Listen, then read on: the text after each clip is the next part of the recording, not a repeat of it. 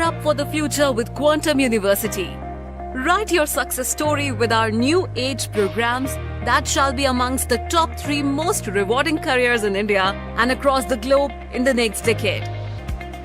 One of the reasons why Quantum is a leading private university in India is these world-class partnerships which makes it stand out among the rest.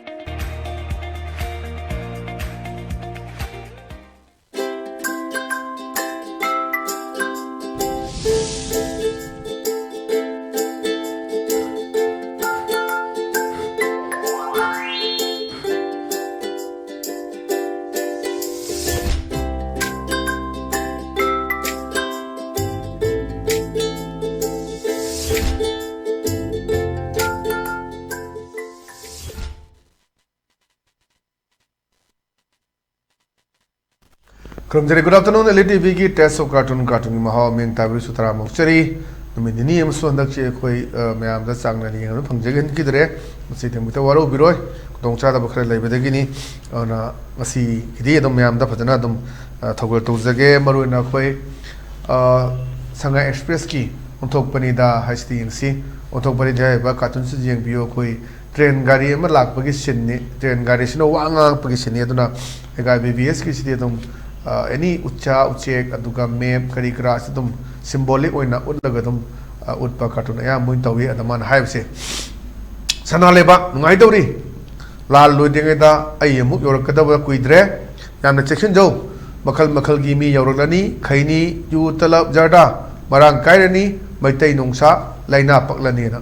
yam fazaba atoba message am bibani hajit leiriba manipur issue tai da oi da thodok maya ma leiri si marak si da koi train si joksala da bani train joksala ka di tongan tongan mi mya thungjel ri duna koi kamai to na koi protection to na ba koi gi ngaklo oi na ba kari to ga da ge hai ba se masi gi achuba message am biba cartoon ni adoni ma hela di so bari khaini yu loina ma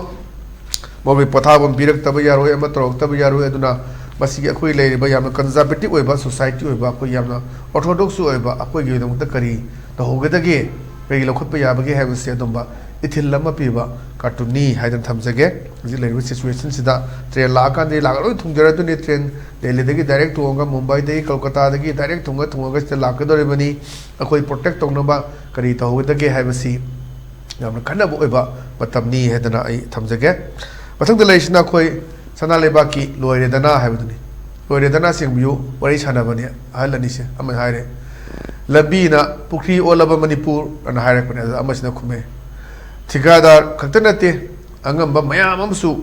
Pukri, Olhan, but the Yauri Banana, Aduna, correlated by Labitong Jayam Patre, the Rimiam Sing Tigada and Nate, the Gisonakanda, Sankai Tumkai Sulaiba, Percentage Lobagi, Mayam Aduna Niakoi, Indiana Ninkatam, but say Humdrama, Humdata Pange, Sure, Akwajito, Tising Taku Pangdawazaga Yauri, Labitong, Yam Pazana. Civic sense Kanga Miam Jilegadi Manipusi Amna, Singapore, Kasu, and Bayaro, Natonga Tonba, Akanga Kana, Pundo Labor Dunia, and the size the Lambito, Gilera, Collegium, Nuju Batayorani, Nuju Batayo Digesta, which Shamogo the Bani, but do Shamog the Baton, Lambising to film Urakanda, Tamakan Lambis in the Loina, Puki, all over Manipur, Haikanda, Tigata Kantanate, Angama Mamasu, Puki, Olan, but the Yauri Baniatana, as you says a Mapiba. Cartooni na thamjage patham da leisina koi pongna phomgi balo hai abduni balo is the bio sagi nupa macha ma haji gan si adum koi gari thori ba masa yaujer ba silencer sida emuk hauna na ba numidang matam da thobu si hek ta mari manga ga thoro di makol ji phajana ta bani aduna police na ju fai lolar na takhai ga mangali adum lepte kamaina pusalai no kamaini jolino noise pollution thokni adana yad na thing wa thambani adum changa leiraga adum happy workshop tu happy da workshop ta happy ya ta da ai bike si karam na makol jam na hobu yani na semba lakne da kasagi workshop nu pas na haire yani nangi silencer du mic oina palase na nunu ga pone aduna habji inkhale ba ngang sing chizani tori mo cha bike tor ko matam da chum nagi masa yaujara ba silencer da phukta la kanda adoba makon hoba mayam habaga ase koi bike da nate car da sune ji tonga tonga silencer ja hap hek ta ko gi from lawal gi race ki chin da gi makon do hapchal laga yam na koi mi chin mo fam ado leib jaga da thoba da yam na disturbance piba thok ta na te aduna khoi manipur se panga da ya ba pang ro to ba ma kusini jingda ma kusi tawni tamda ma kusi tawni adom da thok ka do ne tongan tongan ba akhang ngai sing na haina ba su leibi dunia aduna su phim de la kan on dang gam honing ga di mic oina hapagi na haibagi nok chu nok ning ba aduga hoi mana tawre bu khutau du da khara nok na raga khara ridicule tawraga mon da gyan ta han wa adum ba pi ba cartoon ni na thamjage mathang da leisina khoi len pau gi as loi re ha badani loi re ga mai tawge sida as a headmaster khoi gi headmaster na tre the MLA minister ni khoi neru to pe oza je theng na classroom da lak ni man inspection jab sida man ha re he oza thengmali transfer thawra na ha ba da oza sida khome sir transfer du yum manak ta khara thabiyo na hajiti transfer thar du ching da thab jam yaro hoi kara ukul lagadi thab ya gidra adu ju phawro chato ni yaroi hailagob da chata ba senapati da thar su yaroi chandel da thar su yaroi farjol da thar su yaroi na swai sum ungjel lei dom na ba su khara mulak baduna tha ta di sar mado ei thongal me ado na transfer thabiyo na ching da di chu thab yaroi pura lei ste koi physical administration di phajana lei rabani lapna rabani aduna separate tawrabani physical di aduga administration separate of the guy physical separation di dum lay rabani and mathang da leisina koi SL Express ki nai re have duni nai re sidi yangbio office da koi staff ni wari sa bani khara dum khara cha ba goods khara lo ba hai tare cha thang na ba do cha thang na ba pa changa da yaman de lising piram mo ha do lising ma gi cha tha di phajarani hai do di film duni adani ma hai che koi department se mine yam ngang na rabani chexilu hai ba da pisna khume mai machina mawa logde hojipu sel jawduna kari result lege piri ba tolo sina kona bana ba pi ba sunat ba sidana ana tolo su kona dre adana adigi tonga tomba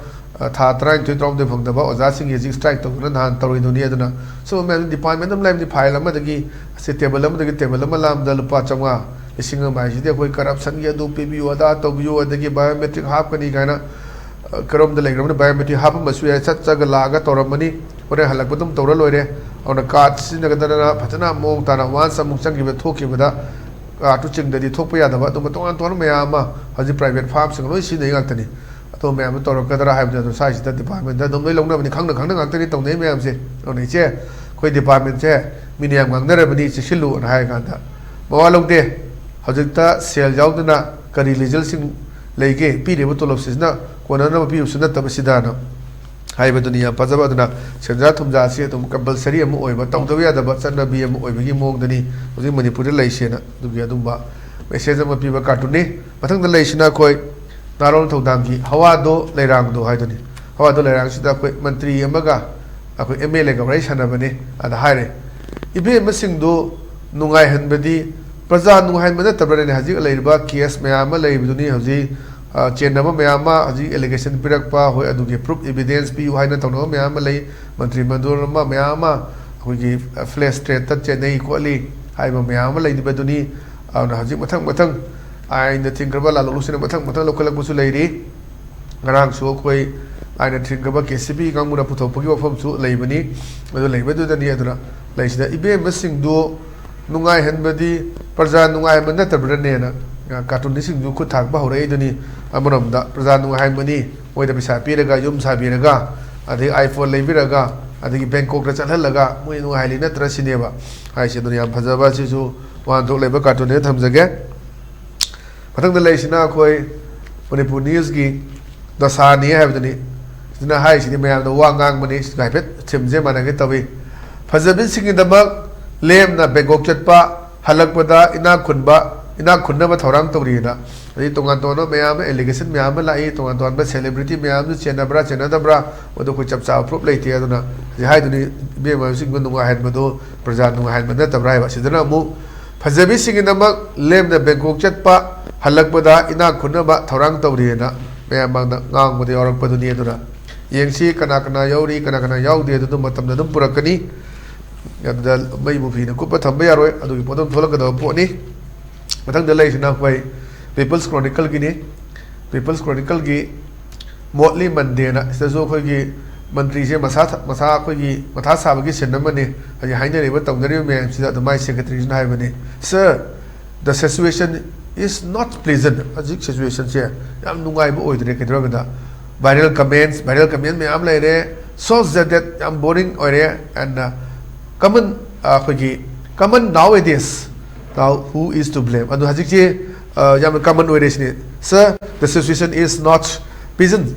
Viral comment so that and common nowadays. Now who is to blame? Anu hajik kana ada blame to ruga degi loi ma hainare ba to me ama me sem na thang na riu me ama thaini gari ba photo me am photo ga social media se tong ne me am sing si aroi bini anu size da yan nungai ba situation am oidre comment me am pinare boring chure na pisan ba degi hajik si kana ada blame to ga degi ha dunia duna yauro ko lo yam nungai to poni adagi education department gi yauro me ka hai riba para sile si kada ba chumila le dudi pasa masana su to daga di dum sekdok chara ani anu haji bawidi sekdok pa leitri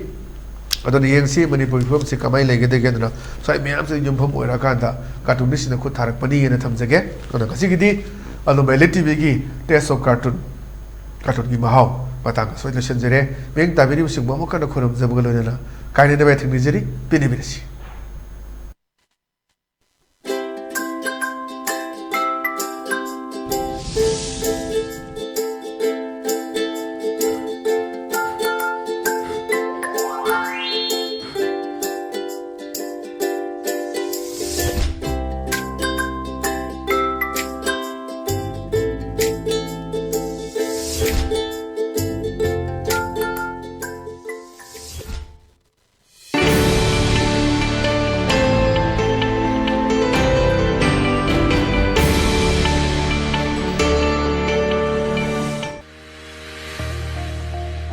Gear up for the future with Quantum University.